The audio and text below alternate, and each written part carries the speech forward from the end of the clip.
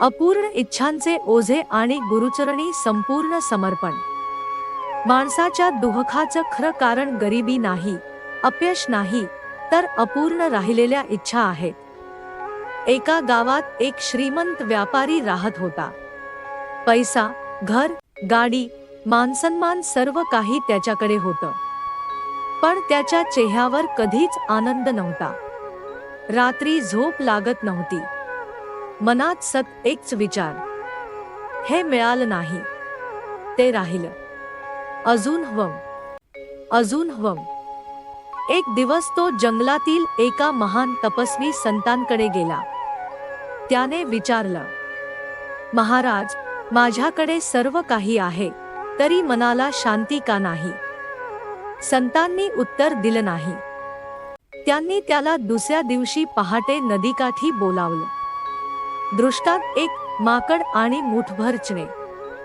नदीकाठी पोहोचल्यावर संतांनी एक भांडे दाखवलं. भांड्याच्या आत चणे होते. एक माकड त्यात हात घालून मुठभर चणे पकडत होतं. पण मूठ मोठी झाल्यामुळे हात बाहेर येत नव्हता. माकड ओरडत होतं, झटापट करत होतं. संत म्हणाले, याला मुक्त व्हायचं असेल तर काय करावं लागेल? व्यापारी म्हणाला, मूठ सोडावी लागेल. संत हसले, हेच तुझ्या आयुष्याचं उत्तर आहे. तूही इच्छांच्या चण्यांना इतक्या घट्ट पकडलं आहेस की तुझा आत्मा कैद झाला आहे. मनुष्याचं खरं दुःख, आपल्याला वाटतं, घर मिळालं की सुख, पैसा मिळाला की आनंद, मुलं मोठी झाली की समाधान. पण एक इच्छा पूर्ण झाली की दुसरी जन्म घेते. इच्छांचा शेवट कधीच होत नाही. जसा समुद्रात हजारो नद्या मिळतात पण समुद्र कधी म्हणत नाही बस, तसंच मन. दृष्टांत 2 वडाच्या झाडाखालील साधू. एक साधू वडाच्या झाडाखाली बसायचा. त्याच्याकडे काहीच नव्हतं, ना पैसा, ना घर, ना संपत्ती. तरी तो नेहमी हसायचा. राजाने विचारलं, तुझ्याकडे काहीच नाही, तरी तू आनंदी कसा? साधू म्हणाला, माझ्याकडे जे नाही त्याचा विचार मी करत नाही. जे आहे त्याबद्दल कृतज्ञ असतो. राजा रडू लागला.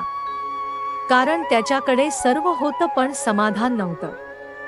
गुरुचरणी समर्पण म्हणजे काय?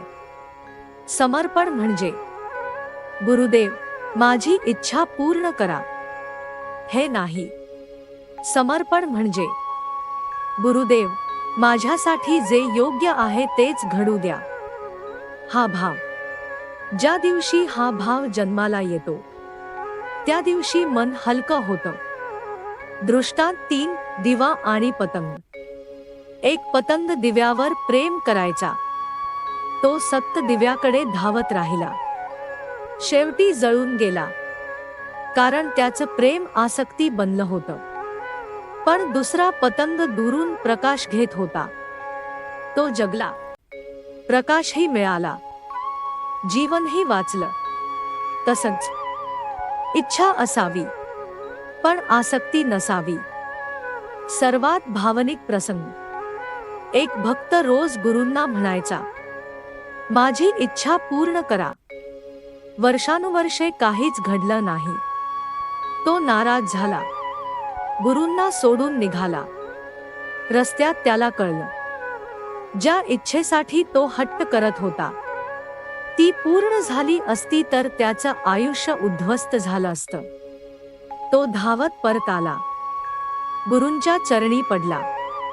रडत म्हणाला, गुरुदेव, तुम्ही माझी इच्छा नाही पूर्ण केली, पण माझं आयुष्य वाचवलं. दृष्टांत 4 बालक आणि आई. लहान मुलगा रडत होता. त्याला धारदार सुरी हवी होती. आईने दिली नाही. मुलाला वाटलं, आई माझ्यावर प्रेम करत नाही. पण आईला माहिती होतं, सुरी मिळाली तर मुलगा जखमी होईल. तसंच गुरु काही गोष्टी देत नाहीत, कारण त्या आपल्या विनाशाचं कारण असतात. दृष्टांत 5 पर्वत आणि प्रतिध्वनी. एक तरुण पर्वतावर गेला. तो ओरडला, मला आनंद हवा आहे.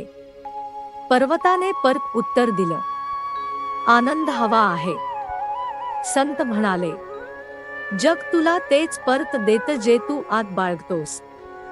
मनात असंतोष असेल तर दुःख वाढतं. मनात श्रद्धा असेल तर कृपा वाढते.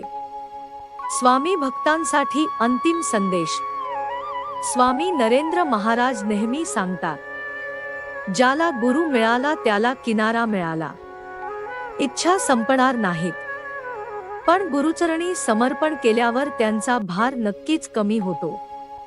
10 कानमंत्र दृष्टांतासहित. 1. नदीचा कानमंत्र. नदी मागे वळून पाहत नाही, म्हणून ती समुद्रापर्यंत पोहोचते. भूतकाळ सोडा. 2. झाडाचा कानमंत्र. झाड फळांनी भरलं की खाली झुकतं. यश मिळालं तरी नम्र राहा. 3. सूर्याचा कानमंत्र. सूर्य रोज उगवतो. परिस्थिती काहीही असो, प्रयत्न सोडू नका. 4. दीपाचा कानमंत्र. स्वतः जळून प्रकाश देतो. त्यागाशिवाय तेज नाही. 5. कमळाचा कानमंत्र. चिखलात राहूनही निर्मळ. वातावरण नव्हे, विचार महत्वाचे. 6. पक्षाचा कानमंत्र. फांदी तुटण्याची भीती नसते. स्वतःवर विश्वास ठेवा. 7. समुद्राचा कानमंत्र. नद्या येतात तरी शांत. स्तुतिनिंदा समान माना. 8. आकाशाचा कानमंत्र. सर्वांना सामावून घेतं. मन विशाल ठेवा. 9. पर्वताचा कानमंत्र. वादळं आली तरी स्थिर. श्रद्धा अढळ ठेवा. 10. गुरुचरणांचा कानमंत्र. जिथे अहंकार संपतो, तिथे कृपा सुरू होते. पूर्ण समर्पणातच खरी शांती आहे. समारोप. अपूर्ण इच्छा माणसाला रडवतात, पण गुरुचरणी केलेलं समर्पण त्याला मुक्त करतं.